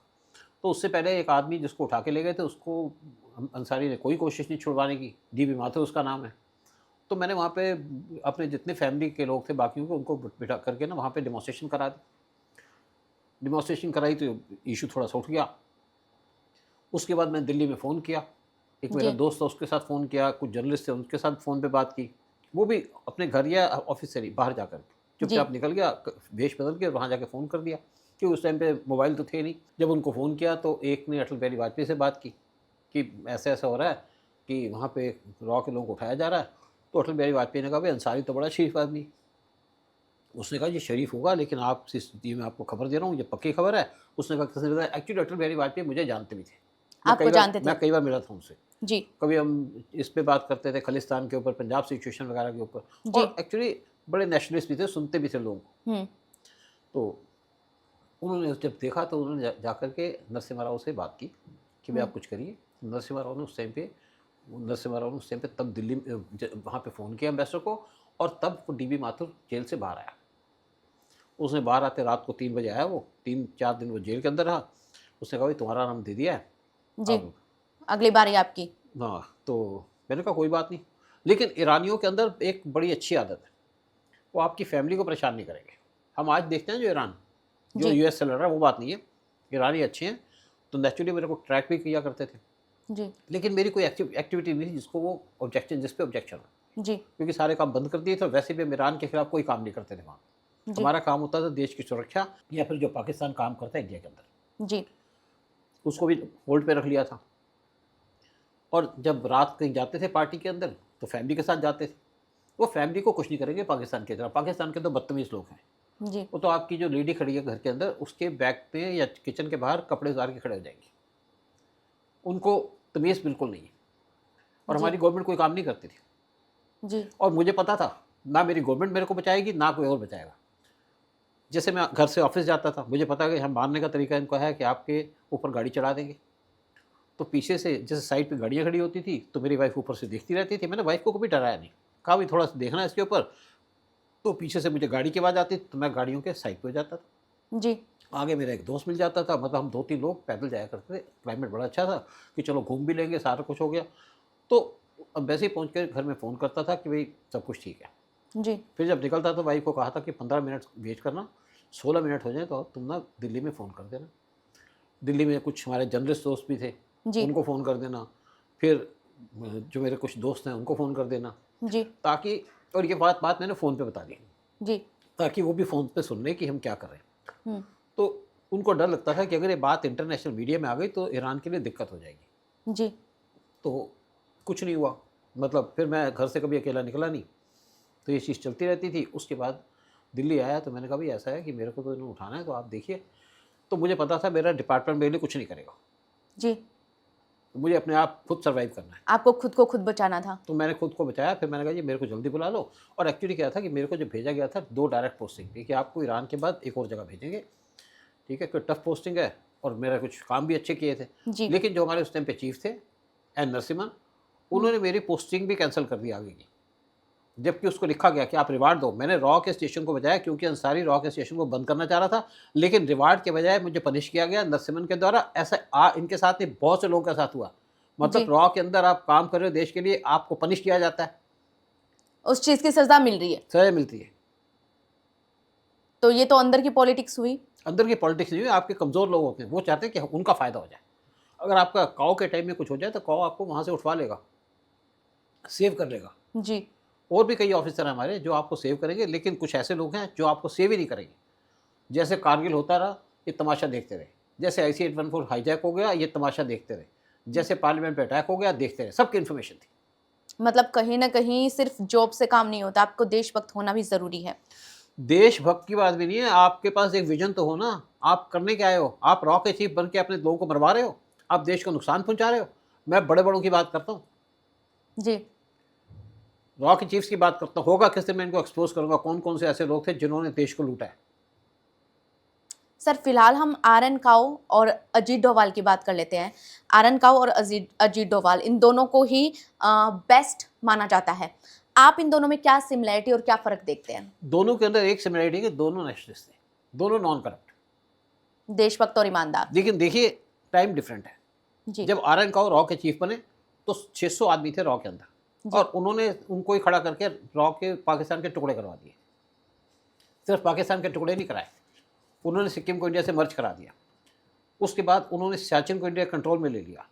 जी। फिर LTD खड़ी कर दी श्रीलंका के अंदर, क्योंकि वहाँ से खतरा आ रहा था इंडिया को। आरएन काओ ने। आरएन काओ, जी, वो पूरा का पूरा आरएन काओ का प्लान था। जी, देखिए, आरएन काओ रॉ के चीफ बने थे 50 साल की उम्र में, जी, और कोई इनको चैलेंज नहीं कर पा रहा था। कुछ उनके ऑफिसर्स होंगे उनसे सीनियर भी होंगे एज के अंदर, बट ही वॉज एक्सीलेंट। और आपके जो अजीत डोभाल हैं वो IB में काम करते थे। उनको एक्चुअली रिटायर होने के बाद एक NGO चला रहे थे, जहाँ जी, पे वो अपने आर्टिकल लिखा करते थे, लोगों को हम इनवाइट किया करते थे, लेक्चर्स होते थे। और वो एक्चुअली रॉ के चीफ थे ही नहीं, वो बने थे एक्चुअली एक NSA, यानी कि IB को भी देख रहे हैं, रॉ को भी देख रहे हैं, सारे कामों को देख रहे हैं। जी, तो किसी को कंपेयर करना जस्टिफाइड नहीं है। लेकिन फिर भी मैं कहूँगा जी रॉ काओ का तो कोई मुकाबला नहीं है, नो कंपैरिजन। और वो पब्लिकली भी नहीं आते थे? पब्लिकली कभी नहीं आते थे। रॉ के अंदर जो फंक्शन हुआ करता था, जैसे हमारा रेजिंग डे होता था, वहाँ पे स्टेज पे आते थे, स्टेज अंधेरी होती थी। अंधेरा होता था और और काऊ जब किसी अपने को कमरे दिखते से नहीं थे? साउथ ब्लॉक में थे, जब अपने कमरे से निकलते थे तो कोई एम्प्लॉय वहाँ पे कॉरिडोर में आपको दिखेगा नहीं। इतनी प्राइवेसी रहती थी। प्राइवेसी, शाइनेस थी और चुपचाप काम किया करते थे। वो कहते थे मेरा जो नंबर 2 है, उस टाइम पे के शंकर नायर उनके नंबर 2 थे। वो कहते वो सारी चीज़ें सँभाल लेते थे, तो मुझे कोई चिंता की बात नहीं थी, मैं फाइलें ही देखता था। मैं सिर्फ ऑपरेशन देखता था और बड़े-बड़े ऑपरेशन किए उन्होंने। आर.एन. काऊ इतने विजनरी थे। जी। सर, आपने लिट्टे की बात की, जिसे राजीव गांधी ने ख़त्म करवाया और कहीं न कहीं इसी की वजह से उनकी डेथ भी हुई। तो क्या लिट्टे को रॉ और इंदिरा गांधी ने मिलके खड़ा किया था? देखिए काम तो रॉ का है। पर ऐसा क्यों? ऐसा ये है कि एक्चुअली जब 1971 का वार हुआ, जी, तो श्रीलंका पाकिस्तान को रिफीलिंग कर रहा था। श्रीलंका कभी भी इंडिया भरोसा नहीं करता था। जी, और वहाँ पे जब तामिलियंस को मारना शुरू हुआ, तो इन्होंने उसको कल्टीवेट किया। क्योंकि देखिए जब आप उनको कल्टीवेट करके खड़ा करते हो तो आपके काम कभी ना कभी आ सकते हैं, और यही हुआ। वहाँ से जो लिट्टे के लोग थे, उनको छोटे-छोटे बोट्स के अंदर लाया जाता था तमिलनाडु के कोस्ट पे, और जी, यहाँ से उनको रेलगाड़ी में बिठा करके, रात को चलती थी रेलगाड़ी, दिल्ली में लाया जाता था। दिल्ली में जाकर के एक राजू बस सर्विस है, उसके अंदर इनको बिठा करके ले जाते थे आपके चक्राता में, जहाँ पे टूटू कमांडोज़ का एक टूटू का जो एक ऑफ़िस है, वहाँ पे इनकी इनकी ट्रेनिंग हुआ करती थी।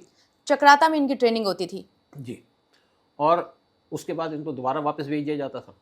इनको जी, आर्म्स एमुनिशन दिए जाते थे।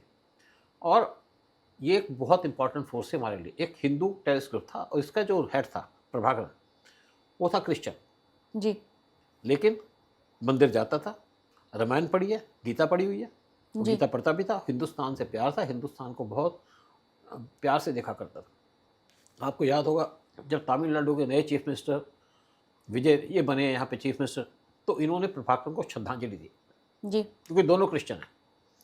लेकिन प्रभाकरण क्रिश्चियन होने के बावजूद टोटली कमिटेड थे इंडिया की तरफ और हमारे सनातन धर्म की तरफ। जी, मंदिर भी जाया करते थे। लेकिन जब राजीव गांधी पावर में आए, तो राजीव गांधी ने इनको बुलाया कि आप आओ, सम्राट होटल में इनको रखा और कहा एक पीस एग्रीमेंट साइन करो। लेकिन राजीव गांधी की जो मदर थी इंदिरा गांधी, उन्होंने ही लिट्टे को खड़ा किया, तो राजीव गांधी ने उसे दुश्मन क्यों माना और क्यों ख़त्म करने की कोशिश की? राहुल गांधी क्या है? राहुल गांधी की दादी क्या थी? नेशनलिस्ट, देश के लिए बहुत कुछ किया। राहुल गांधी क्या करता है? किसके साथ मिला हुआ है? क्या देश की सोचता है वो कभी? उसके अंदर खून किसी और का है,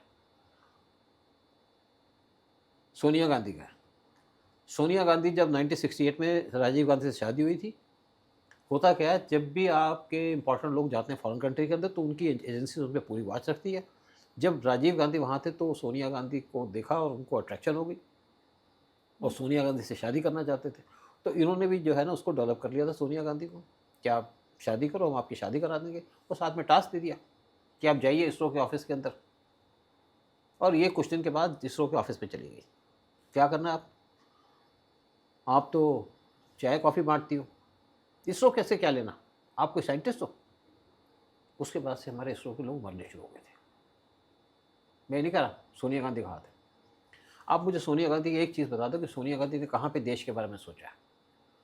तो राहुल गांधी के अंदर जो बीज है वो है सोनिया गांधी का, जो उसी तरीके से काम करता है। सोनिया गांधी यहाँ पे क्रिश्चियनिटी में कन्वर्ट करी लोगों को, चाहे पंजाब हो चाहे आपके बाकी स्टेट्स के अंदर हो। तो किसका प्रोडक्ट हुआ?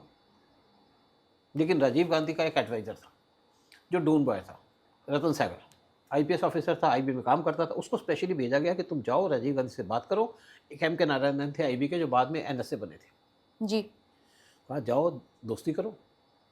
उन्होंने राजीव गांधी से मुलाकात की और नेचुरली जब डून बॉय कहा तो राजीव गांधी को भी अच्छा लगा। दोनों तो दून स्कूल से थे। हाँ, तो राजीव गांधी के साथ वो फॉरेन की ट्रिप्स में जाया करते थे, वहाँ जाके कान भरा करते थे। जी, क्योंकि आईबी के लोगों को बहुत सी नफरत है रॉ से, स्पेशली कुछ लोगों को, मैं सबकी बात नहीं कर रहा। मतलब ये भी इंटरनल पॉलिटिक्स चलती है। पॉलिटिक्स इसलिए कि यहाँ पे रॉ ने बहुत कुछ अचीव कर लिया जी, और एम के नारायण अपने आप को समझते थे मैं 30 मार खाऊं, हम्म, किया तो कुछ नहीं। ओके, एनएसए बन के भी राजीव गांधी का मर्डर हो गया, वो तो कुछ नहीं कर पाए। जी, तो नारायण काओ ने जो अचीवमेंट किया उसके साथ तो उनका मुकाबला नहीं था, लेकिन नारायण काओ का मुकाबला करना चाहते थे और उन्हीं वही हमेशा कान भरा करते थे राजीव गांधी के। तो प्रभाकरण को इन्होंने सम्राट होटल में रखा और कहा भाई आप ये एग्रीमेंट साइन करो, पीस एग्रीमेंट साइन करो, क्योंकि एलटीटी को रॉ ने खड़ा किया था। जी और एक दूसरी बात बता दूं, जब रॉ के ऑपरेशन एक्सपोज हो गया तो रॉ ने अंडमान निकोबार आइलैंड पे इनको ट्रेनिंग देनी शुरू कर दी, वो भी पीएलए के द्वारा, यासर अराफात की जो ऑर्गेनाइजेशन थी वो इनको ट्रेनिंग दिया करते थे। फिलिस्तीन पैलेस्टीन, यासर पीएलए पीएलओ हो गया यासर अराफात का, जी क्योंकि उनकी इंदिरा गांधी से बहुत ज़्यादा क्लोजनेस थी।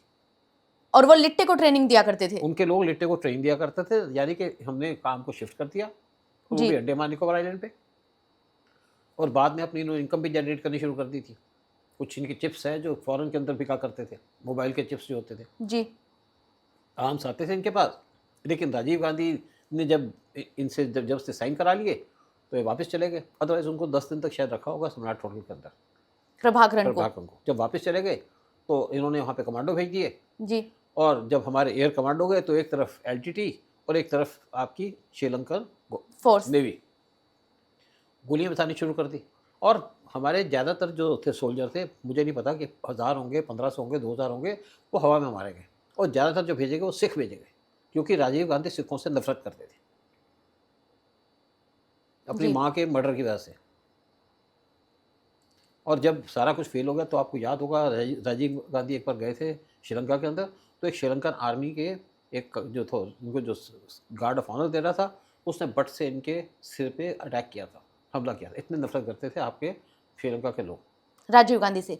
हाँ। अगर उसके बाद किसी ने भी हमारी गवर्नमेंट के अंदर, चाहे राजीव गांधी के बाद कोई भी आया, किसी ने कुछ नहीं किया लिट्टे के लिए या उनसे यूज़ किया हो, क्योंकि इंटेलिजेंस एजेंसीज यूज़ तभी कर पाएंगी जब आपकी गवर्नमेंट आपको परमिशन देगी। सपोर्ट करेगी। वो गवर्नमेंट सपोर्ट नहीं करती थी। उसके बाद प्रभाकर बहुत उदास भी थे, जी और जब वाजपेयी का टाइम आया हम्म तो वाजपेयी ने इसके टाइम पे रॉ को डायरेक्शन दी गई कि जो उनकी लिस्टिंग पोस्ट हैं, हम उनको सुना करते थे, उनकी बातचीत को वो शिफ्ट कर दो आपके एलटीटी की तरफ, और सारी की सारी इन्फॉर्मेशन पास करते थे हम श्रीलंकन आर्मी को, श्रीलंकन गवर्नमेंट को। मतलब जिसे हमने खड़ा किया हम उसी के खिलाफ हो गए और उनकी इन्फॉर्मेशन श्रीलंका को दे रहे हैं। श्रीलंका को दे रहे थे। और बाद में क्या हुआ कि इनके कुछ शिप्स पकड़े गए जो आर्म्स लेके आते थे। जी शिप्स पकड़े गए तो कमज़ोर हो गए, और कमज़ोर हो गए, क्योंकि आप आर्म्स से लड़ सकते हो, उसके बगैर तो आप लड़ नहीं पाओगे, खाली हाथ तो लड़ोगे नहीं। और अल्टीमेटली उसके बाद 2009 में प्रभाकर की डेथ हो गई। 12 साल का उसका लड़का था, उसकी भी डेथ हो गई। और इसके अंदर इतनी बेरहमी से मारा उन्होंने इसको। और प्रभाकर ये भी कहते रहे कि मेरे को ना धोखा दिया इन्होंने, क्योंकि आपने उसको खड़ा किया, आपने उसको यूज़ करने के लिए खड़ा किया, और आपने बीच में उस ऑपरेशन का सत्यानाश कर दिया। अगर आज एलटीटी खड़ी होती तो चाइना को हम सी के अंदर घुसने नहीं देते। यही मैं पूछने वाली थी कि अगर आज लिट्टे होता तो क्या होता। पाकिस्तान के जो जितने टेररिस्ट ग्रुप हैं उनका सत्यानाश करते थे हम बैठे बैठे यहीं पे। लिट्टे बहुत स्ट्रांग था। जी फिर आपके श्रीलंका के अंदर जो एंटी इंडिया एजेंडा चलता था वो नहीं चलता। फिर एक और बात थी यहाँ पे, और इन्होंने जो हम्मन टोटा दिया वो भी नहीं दे पाते। बिल्कुल सही बात है। क्योंकि अच्छा एक और बात बताऊँ आपको कि अमेरिका क्या चाहता था। अमेरिका चाहता था इनके पोर्ट के ऊपर एक इनका पोर्ट है, वहाँ पे अपनी बेस बनाने की कोशिश कर रहा था। जी तो जब उसने बेस बनाने की कोशिश की तो हमने इसको एलटीटी को और ज़्यादा स्ट्रॉन्ग कर दिया। जी और उसके बाद जब वहाँ पे डिस्टर्बेंस हो गई तो अमेरिका अपनी बेस बना नहीं पाया। जी अगर अमेरिका की बेस यहाँ पे होती तो इंडिया के लिए खतरा था। हम बिल्कुल नहीं चाहते कि हमारे इंडियन ओशन में, उस रीजन के आसपास कोई भी किसी कंट्री की बेस हो, चाहे आपका चाइना हो चाहे अमेरिका हो, जी तो हमारे लिए खतरे की घंटी है। जी अमेरिका के बारे में शायद को ही पता था, बाकियों को पता था कि हमारा दोस्त तो है नहीं। जी तो लिट्टे हमारे लिए बड़ा यूज़फुल होती, लेकिन हमने उसी को बर्बाद कर दिया। और सब बर्बाद किसने किया?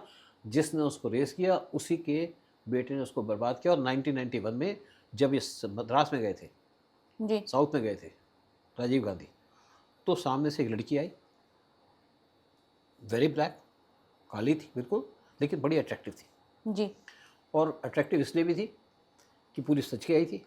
साथ में उसने अपने बालों पे 3 कलर के फूल लगाए थे, जी ट्राई कलर, साड़ी भी ट्राई कलर पहनी हुई थी, और सबकी नज़र उसके ऊपर थी। मैंने उसकी फ़ोटो देखी है बाई चांस, लेकिन मुझे नहीं पता था ऐसा होगा, तो मैं फ़ोटो वहीं से ले आता, मेरे ड्रॉर में पड़ी हुई थी, कैमरे से खींची हुई।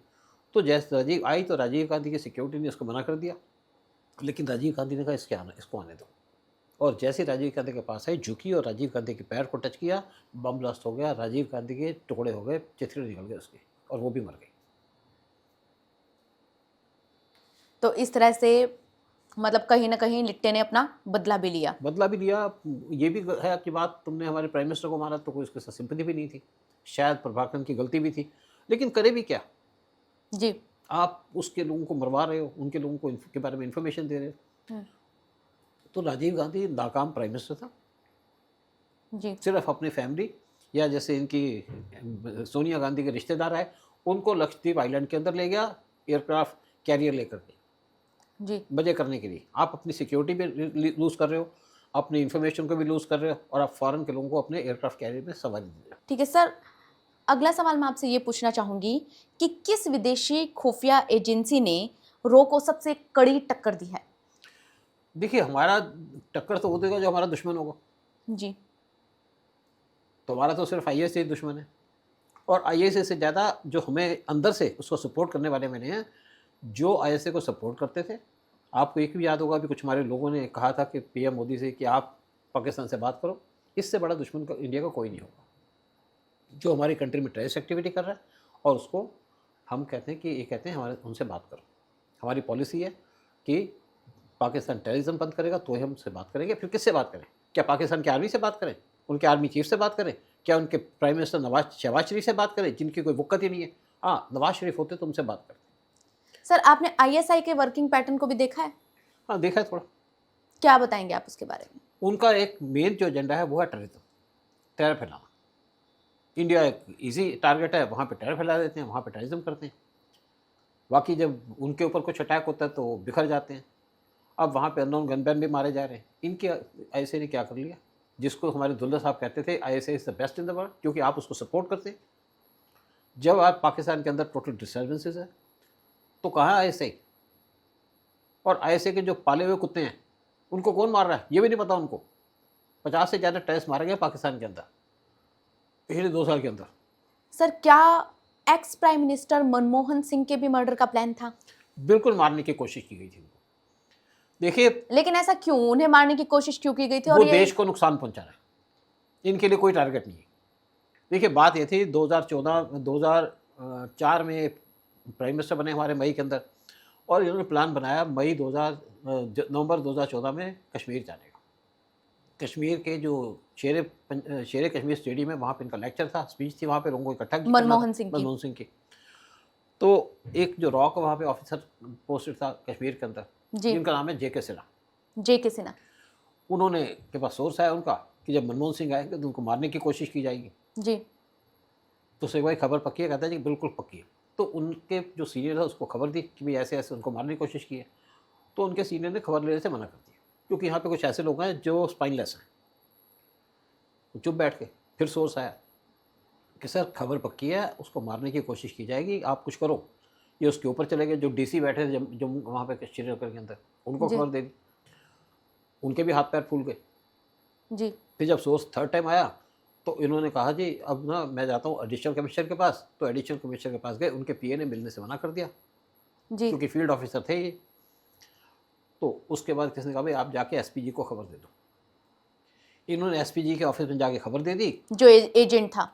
जो हमारा ऑफिसर था, जी, आपका एजेंट का वो कनेक्शन नहीं होता। एजेंट ने खबर उसको दे दी, वो आगे खुद करेगा। जो आपके ऑफिसर थे जिनके पास एक खबर थी। हाँ, उन्होंने जाकर के एसपीजी के ऑफिस में खबर दे दी। जी जब वो खबर दी उन्होंने, तो उसके बाद कहता है मैं एक दिन सुबह अपने शावर लेके आया तो बाल सुखा रहा था मैं अपने, जैसे टॉवल से लड़के लोग बाल सुखाते हैं। कहता मैंने टीवी खोला तो वहाँ पे फायरिंग चल रही है, और कहता जी। वही जगह, क्योंकि मुझे भी आज याद है कि जो कश्मीर स्टेडियम है उसके इस तरफ से जैसे है ना, वहाँ पे 2 लोग गोलियाँ चला रहे थे और फायरिंग चल रही थी, और बाद में उनको मार दिया गया। और वही मनमोहन सिंह आने वाले थे। मनमोहन सिंह आने वाले थे। मनमोहन सिंह का जो आना था वो लेट कर दिया। शाम को 4 बजे मनमोहन सिंह आकर के वहाँ पे उन्होंने स्पीच दी। जो जितने लोग थे उनको से बातचीत की। और ये एक्शन लिया किसने, किसने उन्हें बचाया? बचाया एसपीजी ने।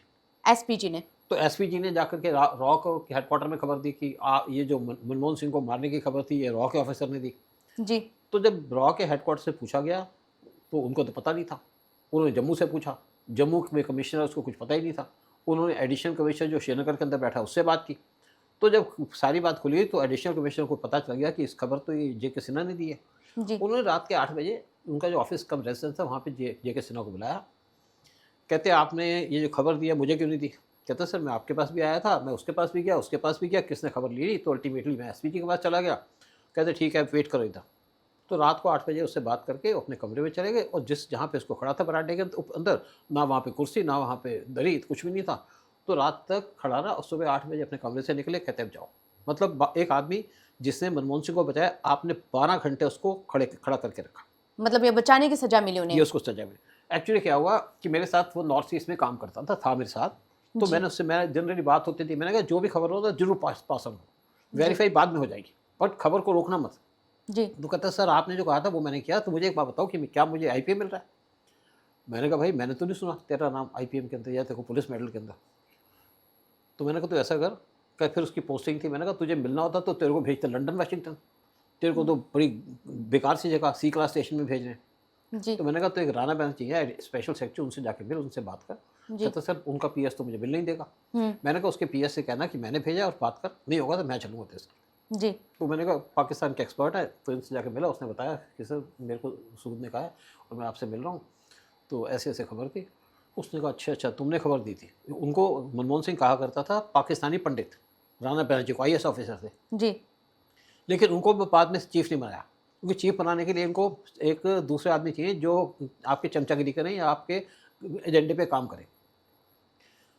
तो बाद में ये आ गया, तो कहता जी ऐसे ऐसे है, उन्होंने बता दिया मुझे और मेरे को तो उसी जगह पे जाना पड़ेगा। कहता वो कहते मैं कुछ नहीं कर सकता, तुम्हारी पोस्टिंग हो चुकी है तो तुम जाओ वहाँ पे। जी। तो ये हाल होता है रॉ के अंदर, अगर आप इन्फॉर्मेशन देते हैं, अगर ये इन्फॉर्मेशन दी जाती है एडिशनल कमिश्नर को, तो एडिशनल कमिश्नर भेजता है दिल्ली के अंदर रॉ के चीफ को, तो यहाँ पे रिवार्ड किसको मिलता? एडिशनल कमिश्नर को। दूसरा रिवार्ड किसको मिलता? हमारे रॉ के चीफ को, कि तुमने हमारे पीएम की ज़िंदगी बचाई। इसको छोटा मोटा रिवार्ड दे देते, कोई 2-4-5 हज़ार की कोई इनको रिवार्ड दे देते या कोई सर्टिफिकेट दे देते। लेकिन क्योंकि इन्होंने रॉ के चीफ को नहीं बताया या स्टेशन चीफ को नहीं बताया, तो सेना को कोई रिवार्ड नहीं दिया गया। ऐसा है रॉ की वर्किंग, जो बहुत लोग सोचते हैं। कई बार ऐसे लोग होते हैं, मैं काऊ की बात नहीं कर रहा, काऊ के टाइम में ऐसा नहीं होता था, वहाँ पे छोटे छोटे आदमियों को रिवार्ड दिया जाता था, लेकिन बाद में ऐसा हाल है। और ये आदमी कौन था उस टाइम पे चीफ? उसका नाम था PKH तारकन, जी। जिसको IC-814 की हाईजैकिंग के बारे में एक UV सिंह नाम के आदमी ने खबर दी थी कि प्लेन हाईजैक हो रहा है। तो कहते कोई बात नहीं, तुम बैठे रहो, मैं यहाँ पे लोकल गवर्नमेंट से बात कर लूँगा और मैं पुलिस से बात कर लूँगा और मैं प्लेन को हाईजैक नहीं होने दूंगा। लेकिन प्लेन हाईजैक हुआ और ये फिर खबर भेजी गई थी दुल्लत को। उस टाइम पे जी। दुल्लत रॉ के चीफ थे। तो UV सिंह को भी कोई रिवार्ड नहीं मिला, उसको भी पनिश किया गया। तो उसके बाद प्लेन हाईजैक हुआ। उसके बाद PKH तारागन, जो केरला पुलिस को बिलोंग करते थे, अपनी स्टेट में वापस चले गए।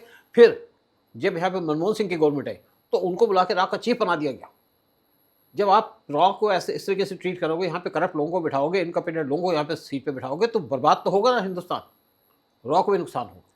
मतलब रॉ के बाहर की रॉ के जो ऑफिसर्स हैं उनका सबसे बड़ा चैलेंज बाहर की बजाय अंदर से आता है। बिल्कुल है। अब मेरे को कोई रिवार्ड नहीं दिया गया, मुझे कोई रिवार्ड चाहिए भी नहीं था कि मैंने अगर स्टेशन को बचाया तो मुझे रिवार्ड तो दो, मेरी पोस्टिंग तो दे दो, लेकिन सेना को भी दे दो।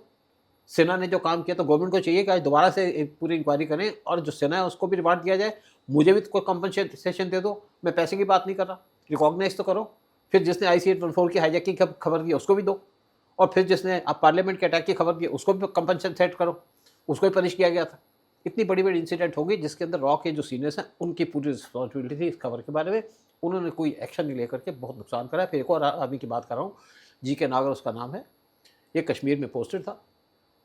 इसके पास खबर आई कि यहाँ से 60 के 70 मिलिटेंट आ रहे हैं, इस जगह से कोई रास्ता था, उसने जाकर के सीधे ब्रिगेडियर को बता दिया यहाँ से 60-70 मिलिटेंट आ रहे हैं। जी। तो ब्रिगेडियर ने वहाँ पे अपना आर्मी के लोगों को खड़ा कर दिया और जितने मिलिटेंट थे उनको मार दिया। जी। उसको कोई रिवार्ड नहीं दिया गया, बल्कि उसको दोबारा पनिश किया गया, उसको भेज दिया गया मिजोरम के अंदर पनिशमेंट पोस्टिंग के लिए। क्यों? भाई आर्मी को खबर दी है ना, तो अच्छा, रॉ चीफ को देनी चीफ थी। को तो खबर नहीं मिली ना, रॉ के अफसरों को खबर नहीं मिली ना, तुमको रिवार्ड नहीं मिला, तो इसलिए इसको पनिश कर दिया गया। तो रिवॉर्ड के चक्कर में ये सब होता है। भाई क्रेडिट लेने के चक्कर में कि मैंने खबर दी है, आपका ऑपरेशन सिंदूर हुआ, तो ये तो रॉ के चीफ को क्रेडिट मिला ना, काम तो नीचे वालों ने किया ना। जी। उनको तो कुछ नहीं मिला, उनको छोटा सा वो मिल गया होगा, एक पत्र मिल गया होगा। तो सर आप अब पब्लिकली सामने आ रहे हैं और इतने बड़े बड़े खुलासे कर रहे हैं, क्या आपको डर नहीं लगता और किसी तरह की धमकी नहीं मिलती? किससे डर मिलेगा बताओ मुझे? अगर आपके, मैं कहूँगी आपके पीछे जो पर्दा है इसके ऊपर एक भूत बैठा हुआ, तो आप डर जाओगे? डर जाओगे ना? ये आपकी सोच के ऊपर है। मैं खुलासा क्या कर रहा हूँ? मैं तो देश की बात कर रहा हूँ, देश के सुरक्षा के लिए, रॉ को बेटर बनाने के लिए बात कर रहा हूँ, तो मैं क्यों डरूँ किसी से? भाई धमकी धमकी से हमें फर्क नहीं पड़ता। यूथ जब यंग थे तब नहीं फ़र्क पड़ा, तो आज क्या फ़र्क पड़ेगा? सर अगर आप एनएसए होते तो आप कौन सी चीज़ को सबसे पहले सिक्योर करते? देखिए, मैं तो छोटा सा आदमी हूँ, मेरा कुछ नहीं है। अजीत डोभाल बहुत अच्छे-अच्छे काम कर रहे हैं, उनका कोई कंपैरिज़न नहीं है। मैं तो उनका 2% होऊँगा, 3% होऊँगा, 5% होऊँगा। लेकिन फिर भी एक कौन सी चीज़ को इंडिया की आप सबसे पहले सिक्योर करना चाहते? देखिए, वो सबसे पहले सिक्योर किसको कर रहे हैं? इंडिया के बॉर्डर्स को, जी। पाकिस्तान का सत्यानाश कर रहे हैं। इससे बड़ा हुँ। काम क्या होगा? अंदर तो एनएसए का कोई रोल ख़ास होता नहीं है। तो उनसे मैं ज़्यादा तो सोच नहीं सकता ना। मैं काओ का मुकाबला करूँ या उनका मुकाबला करूँ, हमारे यहाँ बड़े सीनियर ऑफ़िसर हैं जो रिटायर भी हो गए, जिन्होंने बड़े काम किए। जीपी सिद्धू की बात लीजिएगा, बहुत से हमारे लोग हैं जिन्होंने आपके इसका पठानकोट अटैक की इन्फॉर्मेशन दी थी, जिन्होंने आपके उरी अटैक की इन्फॉर्मेशन दी थी। उनका नाम है मिस्टर राजेंद्र खन्ना। उनको डिप्टी एनएसए बना दिया इसी चक्कर के ऊपर। लेकिन जी। वहाँ पे भी इंटेलिजेंस फेलियर तो था नहीं, वहाँ पे लोकल कमांडर्स की गलती से इंसिडेंट हुई और उनको रिवार्ड दिया गया एंड डिप्टी एनएसए बना दिया गया। जी सर, कहानियाँ आपके पास बहुत सारी हैं और अभी क्योंकि हमारे पास टाइम लिमिट भी है और मैं ये चाहूँगी कि हम नेक्स्ट राउंड भी बैठें और बहुत सारे खुलासे होंगे आपके साथ। लेकिन जाने से पहले एक रैपिड फायर राउंड जो मैं अपने सब गेस्ट के साथ करती हूँ, वो मैं आपके साथ करना चाहूँगी। आंसर शॉर्ट होंगे, वन लाइनर। मैं आपसे पूछना स्टार्ट करती हूँ। सर, किस देश की सीक्रेट सर्विसेज़ आपको सबसे बेस्ट लगती है apart from India? Obviously Israel की मोसाद। मोसाद। रॉ के बारे में लोगों को सबसे बड़ी गलतफ़हमी क्या है? उनको पिक्चरें देख कर के बहुत कुछ लगता है कि रॉ के लोग जो है ना वो गन्स लेके चलते हैं, AK-47 लेके चलते हैं। बस ये बड़ी गलतफ़हमी है, ये हमारी पिक्चरों के अंदर गलत तरीके से दिखाया गया है, स्पेशली शाहरुख खान की फ़िल्मों के अंदर। ऐसा कुछ नहीं होता। सर, क्या कोई आम इंसान इंटेलिजेंस एजेंसी की मदद कर सकता है? बिल्कुल कर सकता है, बहुत से लोग हेल्प कर रहे हैं, इन्फॉर्मेशन दे रहे हैं, खुद काउंटर कर रहे हैं। जो यहाँ पे टेररिस्ट एक्टिविटी होती है उसको खुद काउंटर कर रहे हैं, वो मदद कर ही रहे हैं ना। सर, कौन-सा मोबाइल ऐप यूज़ करने में लोगों को सबसे ज़्यादा सावधानी देखिए, बरतनी कोई भी चाहिए? मोबाइल ऐप हो, आप चाहे फ़ेसबुक लगा लीजिएगा, हुँ। चाहे आप इंस्टाग्राम लगा लीजिएगा, चाहे बाकी चीज़ें, यहाँ से लोग बहुत ज़्यादा गलतफ़हमी में फँस जाते हैं और उनका नुकसान होता है। डीआरडीओ के लोगों को मना है कि आप इनको यूज़ नहीं करोगे। इवन रॉ के जो लोग होते हैं उनको भी ये तो फ़ेसबुक या इनको यूज़ करने में मना है। रिटायरमेंट के बाद ठीक है, इवन रिटायरमेंट के बाद कुछ लोगों को देखा कि वो इसको अवॉइड करते हैं और इनसे नुकसान भी होता है, इससे उनको यूज़ कर सकते हैं। सर, ऑनलाइन लोग सबसे बड़ी क्या गलती कर रहे हैं जो देश की सुरक्षा के लिए खतरा हो सकती है? ऑनलाइन जब बातें करने लग जाते हैं, कोई फेक उनके सामने आ जाता है जिससे बात करते हैं। कोई हुँ। लड़की लड़का होता है, लड़की देख के सामने आ जाता है और एक बार आपने थोड़ी गलती कर ली, आपने गलत बटन दबा दिया, तो आपको ब्लैकमेल करेंगे। वो सबसे बड़ा खतरा, और स्पेशली जो लोग बिलॉन्ग करते हैं इंटेलिजेंस एजेंसीज़ को, उनको तो ख्याल रखना चाहिए। और दूसरी बात है, आम आदमी को भी सावधान रहना चाहिए इसके ऊपर, क्योंकि उनसे कोई ब्लैकमेल कर सकता है, उनको पैसे पूसे लूट सकता है, तो ये बातें हैं। सर, एज़ अ सिटिज़न हम लोग देश के लिए क्या कर सकते हैं? देश के लिए ईमानदारी से काम करो, देश को के लिए अच्छे से सोचो। जो हमारे इस टाइम पे प्रेजेंट गवर्नमेंट है इसको सपोर्ट करो, क्योंकि नेशनलिस्ट गवर्नमेंट है। और इससे बड़ा आप क्या काम कर सकते हैं जब देश को सपोर्ट करते हैं, देश की गवर्नमेंट को सपोर्ट करते हैं और नेशन को सपोर्ट करते हैं। एक मैसेज जो आप हर भारतीय को देना चाहेंगे?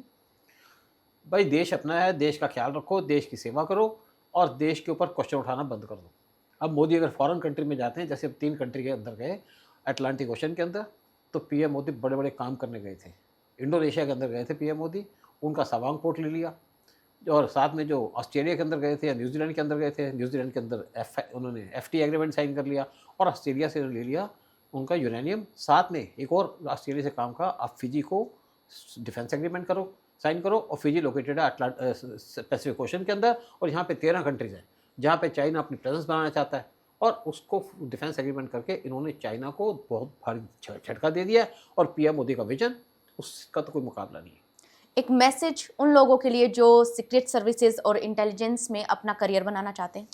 भैया, अपने आराम से करो, जहाँ पे आपको नौकरी मिलती है वहाँ पे रहो। आप सोचते हो कि आपको बहुत अच्छा मिलेगा, ये गलतफहमी है आपको। और आप सोचते हो कि आपको AK-47 मिल जाएगी, वो आपको नहीं मिलेगी। तो भाई, जहाँ पे आपका लक है वहाँ पे जाइए और अपनी नौकरी आराम से करिएगा, देश की सेवा करिएगा और करप्शन मत करिएगा। बस खत्म बात।